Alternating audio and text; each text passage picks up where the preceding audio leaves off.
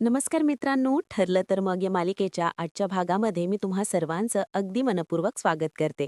आजच्या भागामध्ये आपल्याला पाहायला मिळतं, कल्पनाताई अस्मिताचे विचार करत असतात त्याचवेळी सायली येते. कल्पनाताई सायलीला विचारतात, सायली तू अस्मिताशी बोललीस का गं? अस्मिताने तुला काही सांगितलं का गं? अगं मला तरी वाटते की अस्मिता तिच्या मनातील गोष्टी तुलाच सांगू शकते. तर सायली कल्पनाताईंना म्हणते, हो आई, अस्मिताताई बोलल्यात. परंतु तू आई मला सांगा, अस्मिताताई आज कुणाला भेटायला गेल्या होत्या तुम्हाला माहीत आहे का? तर कल्पनाताई म्हणतात, हो, अगं तिच्या कुठल्यातरी फ्रेंडला भेटायला ती गेली होती. सायली म्हणते, नाही आई, अस्मिताताई त्यांच्या कुठल्याही फ्रेंडला मैत्रिणीला भेटायला गेल्या नव्हत्या, तर त्या सचिन भाऊजींना भेटायला गेल्या होत्या. आता हे ऐकल्यानंतर कल्पनाताईंना धक्काच बसतो. कल्पनाताई म्हणतात, काय? एवढं सगळं होऊनही अस्मिता सचिनला भेटायला गेली का? तिला माहीत आहे ना की सचिनने काय केलं आहे? सायली म्हणते, हो आई, अस्मिताताईंना सगळं काही माहीत आहे. पण त्या सगळ्या गोष्टी त्यांना मागे सोडून आता नवीन आयुष्याची सुरुवात करायची आहे. अस्मिताताईंना असं वाटतंय की सचिन भाऊजींनी जी चूक केली आहे ती चूक ते परत करणार नाहीत आणि कदाचित ते एकत्र आलेत तर बाळाच्या विषयाने त्या मुलीलाही विसरून जातील आणि म्हणूनच त्यांनी निर्णय घेतला आहे की लवकरात लवकर ते त्यांच्या नवीन आयुष्याला सचिन भाऊजींसोबत सुरुवात करण्यात. कल्पनाताई म्हणतात, अस्मिता असं कसं करू शकते सायली? नाही, हे सगळं काही चुकीचं आहे सायली. अगं सचिन राजरोजपणे त्या मुलीला भेटायला जात होता. हिला न सांगता हिला अंधारात ठेवून तो त्या मुलीला भेटायला जात होता. असं असूनही अस्मिता त्याच्यावर विश्वास ठेवणार आहे का? तर सायली म्हणते, आई, मलाही कळतंय अस्मिताताईंनी सचिन भाऊजींसोबत पुन्हा आयुष्याची सुरुवात करणं ही त्यांच्यासाठी धोक्याची घंटा आहे असं मला तरी वाटतंय. कल्पनाताई घाबरतात. सायली म्हणते, आई घाबरू नका, कारण देवी आईवर विश्वास ठेवा. अस्मिताताईंसाठी जे योग्य असेल तेच देवी आई करेल. तुम्ही नका काळजी करू. तर आता सायली देवी आईला हात जोडते आणि प्रार्थना करते. आता कल्पनाताई सुद्धा देवी आईला हात जोडत अस्मितासाठी प्रार्थना करत असतात. त्या खूप विथरून गेलेल्या असतात, घाबरलेलं असतात. सायली त्यांना आधार देते आणि म्हणू लागते, आई, अजिबात काळजी करू नका. जे चांगलं आहे तेच घडणार आहे. देव आई काही चुकीचं घडवणार नाही. तर दुसरीकडे पाहायला मिळतं, आता चैतन्य अर्जुनला म्हणतो, अर्जुन, तू मुद्दामहून सायली वहिनीला मगाशी खाली पाठवून दिलंस ना? अरे पण तू असं का करतोयस? सायली वहिनीने त्या मोबाईलचं लॉक खोलल्यानंतर त्यामध्ये काय सापडतं हे पाहिलं असतं आणि असं असताना सुद्धा तू सायली वहिनीला इथून का जायला सांगितलं? तर अर्जुन म्हणतो, कारण मला वाटलं होतं की या मोबाईलमध्ये साक्षीचे आता रिसेंटली जे काहीतरी फोटो सापडले असते, परंतु मोबाईलमध्ये तसं काहीच नाहीये. तर चैतन्य म्हणतो, पण जर पाहिले असते वहिनीने तर काय झालं असतं? अर्जुन, वहिनीपासून तू ही गोष्ट का टाळतोयस? तिला तू का सांगत नाहीयेस की साक्षी जिवंत आहे? तर अर्जुन म्हणतो, नाही, आत्ता तरी मला सायलीला हे सांगायचं नाहीये की साक्षी जिवंत आहे, कारण साक्षी जिवंत आहे या गोष्टीचा मला वेगळ्या गोष्टीसाठी उपयोग करून घ्यायचा आहे आणि ते सायलीला अजिबातच आवडणार नाही. चैतन्य म्हणतो, कोणत्या? आता अर्जुनच्या मनात असणारा प्लान अर्जुन चैतन्याला सांगतो. आता चैतन्याने सुद्धा या गोष्टीचा विचार करू लागतो. तर त्यानंतर सायली अर्जुन त्यांच्या रूममध्ये झोपायला येतात. त्यावेळी सायली अर्जुनला म्हणते, मगाशी मी कॉफी गरम करण्यासाठी म्हणून खाली गेले, परंतु अस्मिताताईसोबत बोलण्यात वेळ कधी निघून गेला काहीच कळालं नाही. परंतु त्या महिपत शिकरेच्या मोबाईलमध्ये काही सापडलं काय हो? तर अर्जुन म्हणतो, नाही, काहीच नाहीये. ते कन्स्ट्रक्शन साईटचे फोटो आणि त्या कन्स्ट्रक्शनच्या सिमेंट, वाळू याच्याबद्दलचं ते कॉन्ट्रॅक्टरबद्दलचं डिस्कशन या व्यतिरिक्त काहीच नाहीये. सायली म्हणते, हो का? पण मला एक सांगा, कदाचित महिपत शिकरे त्याच्या धंद्यांसाठी वेगळा फोन वापरत असेल का? तर अर्जुन म्हणतो, नक्कीच. सायली म्हणते, मग आता आपल्याला कसं कळणार? आपल्याला काहीतरी माहिती सापडायलाच हवी होती. अर्जुन म्हणतो, आता तू शांत झोपशील का? आपण या गोष्टीवर नंतर, या विषयावर नंतर चर्चा करू. तू झोप बरं. सायली म्हणते, बरं ठीक आहे. आता सायली अर्जुन झोपी जातात. अर्जुन मात्र त्याच गोष्टींचा विचार करत असतो. सायली झोपण्याची वाट पाहत असतो. सायली झोपताच अर्जुन म्हणतो, मी माझं काम आत्ताच करून टाकू का? पण सायली झोपली असेल का म्हणून अर्जुन पाहतो सायली झोपली आहे की नाही आणि त्यानंतर आपलं काम करायचं ठरवतो. तर दुसरीकडे पाहायला मिळतं, अश्विन घरात नाही, त्या संधीचा फायदा घेत आता प्रिया इकडे नागराजला फोन करते. आता नागराज पाहतो तर प्रियाचा फोन आलेला असतो. नागराज प्रियावर चिडतो आणि म्हणू लागतो, कशाला उगाच झोप मोड करतेस, काय काम आहे का एवढ्या रात्री? तर प्रिया म्हणते, वाह, म्हणजे तुम्ही तिथे झोपा काढा आणि इथे माझी मात्र झोप उडालीये. तुम्हाला कळतंय का हो? त्या हवालदाराला मी मोबाईल देण्यासाठी पैसे सारले होते. तो हवालदार आता पुन्हा पुन्हा पैशासाठी माझ्या मागे लागलाय. तर नागराज म्हणतो, मग का? द्यायचा होतास फोन, तुम्ही मागितला होता का? आणि तसंही मला सांग, जेलमध्ये कुठल्या कैद्याकडे मोबाईल असतो का? तो तू स्वतःहून दिलास, त्यामुळे माझी त्यामध्ये काहीच चूक नाही. प्रिया म्हणते, नाही नाही, तुम्ही चुकीचेच नाही आहात आणि तुम्ही कैदीही नाही. कैदी तर मी आहे असंच मला वाटतंय. म्हणजे घरी आल्यानंतर कुठे गेली होतीस, काय करत होतीस, एवढा उशीर काय झाला, या सगळ्या प्रश्नांची उत्तरं मला इथे द्यावी लागतायत. ही सगळी बाहेरची कामं आहेत ना, ती हँडल करणं आता मला कठीण होतंय, कळतंय का तुम्हाला? तर आता नागराज प्रियाला म्हणतो, तुला काय वाटलं गं, बाहेर राहून तू सुखात राहशील? आणि हो प्रिया, एक गोष्ट लक्षात ठेव, जर बाहेर राहून कारस्थानं करूनही सुखात राहायचं असेल ना, तर त्यासाठी पैसेच मोजावे लागतात, त्यासाठी किंमत मोजावी लागते. चल ठेव फोन, मला तुझ्यासोबत टाइमपास करायला वेळ नाही. असं म्हणत नागराज फोन कट करतो. प्रिया इकडे चिडते आणि म्हणू लागते, झालं म्हणजे ह्यानेही हात वर केला. मग कुठून आणू मी पैसे? त्या हवालदाराला पैसे द्यायचेत, त्या नर्सला पैसे द्यायचेत, इकडे आई बाबाही पैसे पैसे मागतायत, पण एवढे सगळे पैसे मी आणू तरी कुठून? असं म्हणत आता प्रिया काय करावं दुसरीकडे याचा विचार ठरल्याप्रमाणे करत अर्जुन असते. आपलं काम पूर्ण करण्यासाठी पोलीस स्टेशनला महिपत शिकरेंना भेटण्यासाठी आलेला असतो. आता महिपत शिकरे अर्जुनला म्हणतात, काय हे ॲडव्होकेट अर्जुन सुभेदार, तुम्हाला काय माझा विरह सहन होत नाहीये का? म्हणजे तुम्ही सतत सतत मला भेटायला येता? बरं आहे, म्हणजे उद्या जर मी जेलमधून बाहेर पडलो तर आपण एकमेकांना भेटणार नाही ना, त्यामुळे तुम्ही मला भेटायला येत असाल. तर अर्जुन म्हणतो की हो, पण हे स्वप्न छान बघतोयस. तुला काय वाटते रे, तू इथून खरंच सुटणार आहेस का? तर महिपत शिकरे म्हणतात, 113%. अर्जुन म्हणतो, मी तुला भेटायला आलोय कारण मला खूप मोठी माहिती मिळाली आहे. तर महिपत शिकरे म्हणतात, सुभेदार साहेब, अहो रोजच्या रोज तुम्हाला 113 नवीन बातम्या मिळत राहणार, म्हणजे तुम्ही एवढ्या वेळा मला भेटायला येणार आहात का? तर अर्जुन म्हणतो, आजची बातमी तरी ऐकून घे. तर महिपत शिकरे विचारतात, काय आहे बातमी? तर आता अर्जुन म्हणतो, ॲडव्होकेट विशाखा प्रभूने, तुझीच वकील आहे ना? तर आता महिपत शिकरे म्हणतात, नाही नाही, माझ्या वकील वगैरे काही नाहीये, त्यांनी माझं वकीलपत्र स्वीकारलं नाही, त्यामुळे ते आता माझ्या वकील वगैरे काही नाहीयेत. तर अर्जुन म्हणतो, पण आत्ताच मला त्यांचा ॲड्रेस सापडलाय. तर महिपत शिकरे म्हणतात, पण त्याची काहीच गरज नाही, कारण त्या खरंच माझ्या वकील नाहीयेत. तर अर्जुन म्हणतो, हो का? मग तू जेलमधून कसा सुटणार आहेस? तूच तर म्हणतोयस ना की मी लवकरच इथून सुटणार आहेस, मग ॲडव्होकेट विशाखा प्रभूनेच तुला सोडवतील ना, आणि आता तू म्हणतोयस की नाही म्हणून. मग तू जेल बाहेर कसा पडशील याचा विचार केलायस का?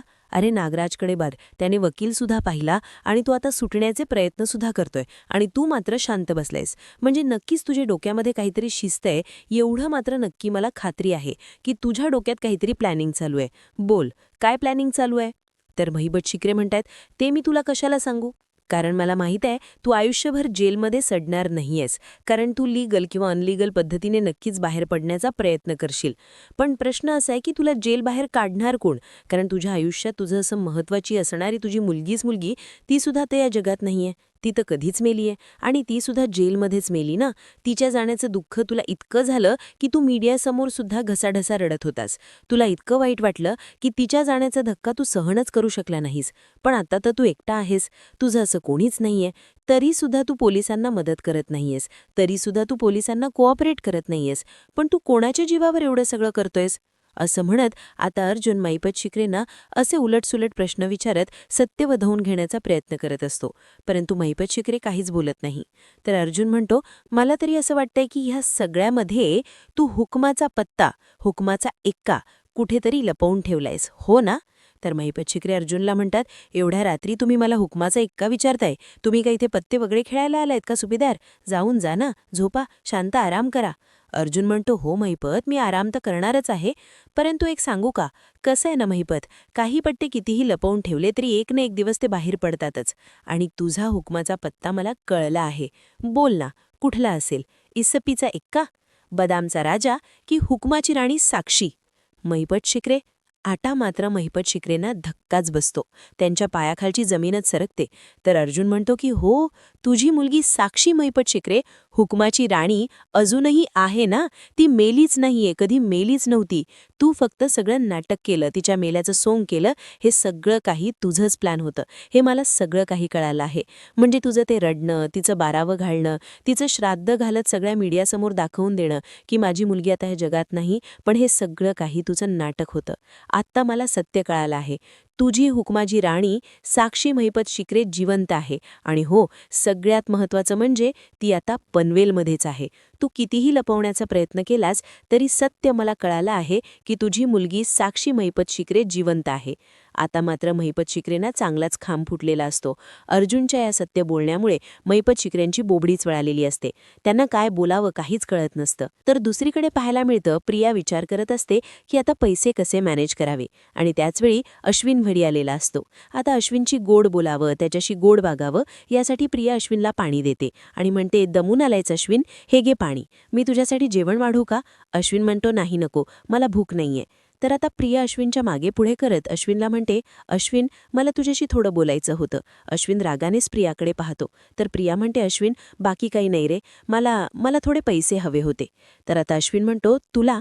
आणि पैसे कशासाठी? तर प्रिया म्हणते, पार्लरला जाण्यासाठी. तर अश्विन प्रियाला म्हणतो, म्हणजे आता तुझ्याकडे पार्लरला जाण्या एवढे सुद्धा पैसे नाहीयेत का? तर आता प्रिया म्हणते, माझ्याकडे कुठून असणार, मी कुठे कमवायला जाते का? जे काही होते ते संपत आलेत, त्यामुळे थोडे पैसे हवे होते. अश्विन म्हणतो, बरं ठीक आहे, उद्या सकाळी देईन. असं म्हणत अश्विन तिथून निघून जातो. आता थोड्या पैशांसाठी सुद्धा प्रियाला अश्विनसमोर हात पसरावा लागतो. तर दुसरीकडे पाहायला मिळतं, आता महिपत शिकरे अर्जुनला म्हणतात, कसं असतं ना, एखाद्या वेळी जर आपली झोप वगैरे पूर्ण झाली नाही ना, की असं काहीतरी डोळ्यासमोर येत राहतं. तू जी काही कथा उगी केली आहेस ना सुभेदार साहेब, ती सगळी काही अशी खोटी आहे. असं कसं होऊ शकतं का? नाही, हे शक्यच नाहीये. असं कसं होईल? अहो, जी मुलगी माझी या जगातच नाहीये, ती तुम्हाला कशी दिसेल? नाही, हे सगळं काही तुमचं स्वप्न वगैरे, म्हणजे तुमच्या डोळ्यासमोर आलेलं चित्र वगैरे, बाकी काही नाहीये. तर आता महिपत शिकरेनं अर्जुन म्हणतो, पण तू तर अस्वस्थ झालायस भरपूर. महिपत शिकरे म्हणतात, होणारच ना, माझी मुलगी या जगात नाहीये, मग ते दुःख मला सहन करावं लागतंय. पण तुम्हाला सांगून काय उपयोग आहे? अर्जुन म्हणतो, खरंच खरंच मुलीची आठवण येतेय, तिचा विरह सहन होत नाहीये का? मग तिचा फोटो वगैरे दाखवू का? चालेल का? म्हणजे डोळे भरून एकदा तुझ्या मुलीला बघून घे. असं म्हणत आता अर्जुन साक्षीचे काढलेले फोटो महिपत शिकरेंना दाखवतो आणि म्हणतो, एक नाही, दोन नाही, हा बघ, 3-3 फोटो आहेत माझ्याकडे, बघ, डोळे भरून बघून घे तुझ्या मुलीला. तर महिपत फोटो शिकरे पाहतात आणि पूर्णपणे घाबरून जातात. त्यांना साक्षीची काळजी वाटत असते. अर्जुन विचारतो, काय झालंय असा चेहरा पडायला? तर आता महिपत शिकरे म्हणतात, आज कितीतरी दिवसानंतर साक्षीसारखी मुलगी पाहिली ना. कोण आहे ही मुलगी? साक्षीसारखी दिसते, डोळे वगैरे आहेत तिच्यासारखे, परंतु माझी मुलगी नाहीये. कारण माझ्या साक्षीची केस अशी लांब सडक होती ना, हिची अशी तोकडी आहेत. आणि माझी मुलगी असे पंजाबी ड्रेस वगैरे वापरत नाही, ती वेगळे ड्रेस वापरायची. त्यामुळे ही माझी साक्षी नाहीये. अहो सुभेदार साहेब, तुमचं काहीतरी गैरसमज झालाय. ही माझी साक्षी नाहीये. अर्जुन म्हणतो, 5 मिनिटं. 5 मिनिटं लागतात ह्या सगळ्या गेटअप करायला, हे सगळ्या वेषांतर करायला ना, फक्त 5 मिनिटं लागतात. पण तुझा चेहरा पाहून मात्र मला कळालंय की तुला चांगलंच कळालंय की आता तुझं नाटक संपलं आहे. हो की नाही महिपत? त्यामुळे आता एक गोष्ट लक्षात ठेवायची, तुझी मुलगी आता कुठल्याही क्षणी जेलमध्ये असेल. कुठल्याही क्षणी मी तिला हजर करू शकतो आणि आता ती आयुष्यभर जेलमध्ये सडेल, यासाठी मी प्रयत्न करीन. आणि हा माझा शब्द आहे. महिपत शिकरे शांतच होतात. तर अर्जुन म्हणतो, महिपत शिकरे, मला वाटलं होतं की तुला सगळ्या गोष्टी पटकन कळतील, म्हणजे पटकन लक्षात येईल. तेवढा तू नक्कीच स्मार्ट असशील, पण तुला अजूनही कळलं नाहीये का महिपत? आता महिपत शिकरे शांतच असतात. तर अर्जुन म्हणतो, आज ज्यावेळी मला साक्षी दिसली त्या क्षणी मी तिला पोलिसांच्या ताब्यात देऊ शकलो असतो, इथे घेऊन आलो असतो, पण मी त्याचं केलं नाही. मी तिला पोलिसांच्या ताब्यात दिलं नाही किंवा पोलिसांना मी अचूक सांगितलंही नाहीये की साक्षी जिवंत आहे. पण कसं आहे ना, मी ते काहीही न करता तुला भेटायला आलो, तुला सांगायला आलो की तुझी मुलगी जिवंत आहे, हे मला कळालंय. आता अर्जुन महिपत शिकरेंना म्हणतो, माझ्याकडे एक तुमच्यासाठी डील आहे. आता महिपत शिकरे ऐकण्यासाठी पुढे येतात. तर अर्जुन म्हणतो, साक्षी शिकरे सेफली बाहेर राहायला हवी असं जर तुम्हाला वाटत असेल तर महिपत शिकरे तुम्हाला आता सगळंच सत्य सांगावं लागेल, आणि तेही कोर्टात. तर आता महिपत शिकरे विचारतात की कसलं डील? तर अर्जुन महिपत शिकरेंना म्हणतो, 22 वर्षापूर्वी रविराज किल्लेदार आणि त्याच्या कुटुंबाचा अपघात घडवून आणला, आणि हा अपघात घडवून आणण्यासाठी तुला नागराज किल्लेदारने सुपारी दिली होती. हे सत्य तुला कोर्टात सांगावं लागेल, तुला सत्य कबूल करावं लागेल. आणि तू जर माझं हे डील मान्य केलं तर आणि फक्त तरच साक्षी इथून बाहेर सेफली राहील, यासाठी मी सुद्धा विचार करीन. आता महिपत शिकले शांतच होतात, विचार करू लागतात. अर्जुन म्हणतो, विचार करून उत्तर दे, काही नाहीचे. तू कधीही उत्तर दिलं तरी काहीच हरकत नाही, परंतु जे उत्तर देशील ते तुझ्या फायद्याचं असेल आणि त्या फायद्याचा विचार करूनच तू मला सांगशील, एवढं मात्र नक्की. कारण तू जर कोर्टात सत्य सांगितलं तर तुझी मुलगी आता जशी बाहेर सेफ आहे तशीच असेल, पण जर तू सत्य सांगायला नकार दिलास तर पुढे काय होईल हे तर तुला माहीतच आहे, आणि मला चांगलंच माहीत आहे. महिपत शिकरे स्मार्टच आहे, मग त्याच्या आणि मुलीच्या जे काही फायद्याचं असेल त्याचाच तो निर्णय घेईल. मग आता निर्णय तुला घ्यायचाय, तुला उत्तर द्यायचंय. बघ तुला काय निर्णय घ्यायचाय आता तूच ठरव. तुला त्या नागराजला वाचवायचंय की तुझ्या मुलीला? तर याचा विचार तुलाच करावा लागेल. बरं तू विचार कर, मी येतो. आणि हो, त्या मिठाबद्दल मी सांगितलं आहे, त्यामुळे आता तुला जेवण चांगलंच मिळेल. असं म्हणत आता अर्जुन तिथून निघालेला असतो. महिपत शिक्रे अर्जुनच्या बोलण्याचा विचार करतात. आता अर्जुन बाहेर येताच लगेच तो चैतन्याला फोन करतो. चैतन्य मात्र शांत झोपलेला असतो. चैतन्य पाहतो तर अर्जुनचा फोन असतो. चैतन्य म्हणतो, अर्जुन, अरे काय या एवढ्या रात्री कशाला फोन करतोयस? कुठे आग लागलीये का? तर अर्जुन म्हणतो, मी आत्ता महिपत शिक्रेला भेटण्यासाठी जेलमध्ये आलो होतो आणि आता मी त्याला भेटलो आहे. तर आता चैतन्य म्हणतो, मग पुढे काय झालं? असं म्हणत तो हो असं बोलत असतो. तर आता अर्जुन त्याला म्हणतो, उठ, मला तुझ्याशी महत्त्वाचं बोलायचंय. चैतन्य म्हणतो, सॉरी बोल. तर अर्जुन म्हणतो, नागराजच्या केसबद्दल मला उद्याची डेट हवी आहे. तर आता हे ऐकल्यानंतर चैतन्य म्हणतो, काय उद्याची? अरे अर्जुन, किती वाजलेत बघितलंयस का? अर्जुन म्हणतो, ते काही मला माहीत नाही. मला उद्याची तारीख हवी आहे. ॲट एनी कॉस्ट तू काही कर, परंतु उद्याची तारीख मिळव. आणि हो, अजून तुला एक काम करायचंय. असं म्हणत अर्जुन आता त्याचा पुढचा प्लॅन चैतन्याला सांगतो आणि लगेच फोन ठेवतो. चैतन्य आता अर्जुनच्या या प्लॅनचा विचार करू लागतो आणि उद्याची डेट कशी मिळेल यासाठी तो प्रयत्न करायला सुरुवात करतो. तर दुसरीकडे सुभेदारांच्या घरी आपल्याला पाहायला मिळतं, अर्जुन घरी येतात सायली त्याला जाब विचारत म्हणते, तुम्ही मला नीट उत्तर का नाही देत आहात? तुम्ही का नाही मला सांगत आहात की नक्की काय घडलं आहे? तर अर्जुन म्हणतो, अगं काहीच नाहीये. मग काय सांगणार? चल चल आपण आता झोपूयात.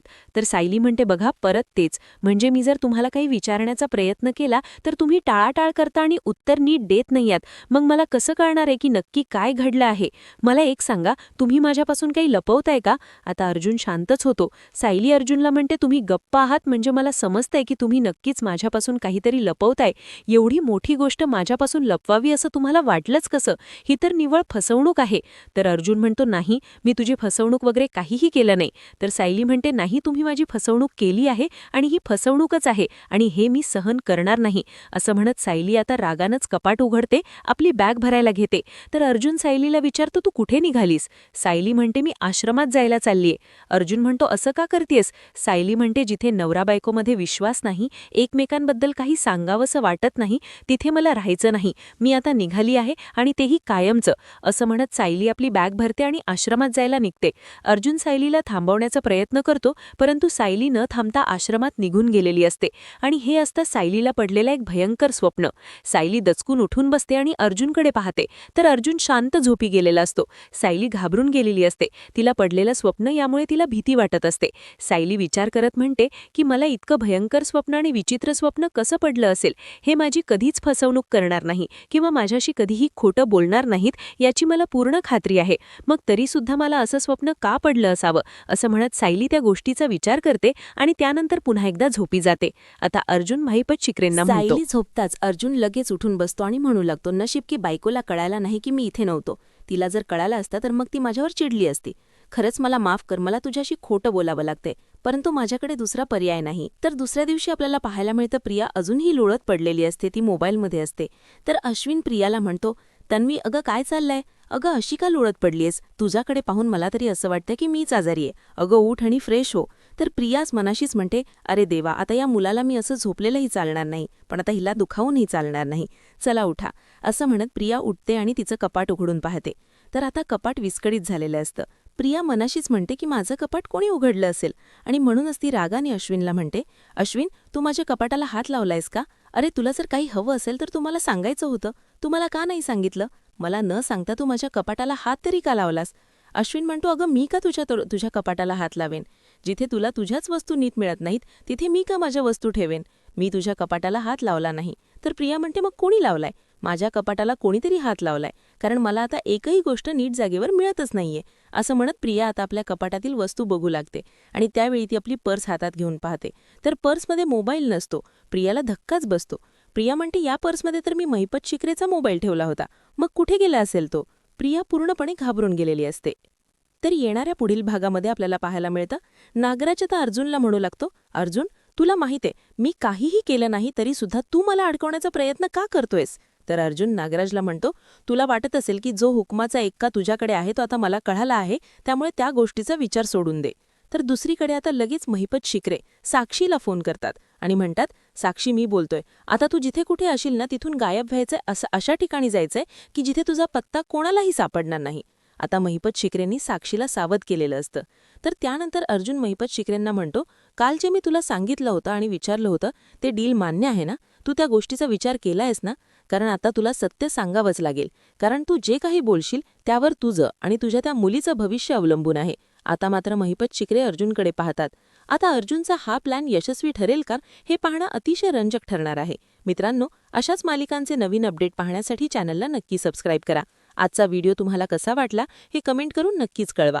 आजचा व्हिडिओ जर आवडला असेल तर व्हिडिओला लाईक करायलाही विसरू नका. व्हिडिओ पाहिल्याबद्दल तुम्हा सर्वांचे अगदी मनःपूर्वक धन्यवाद.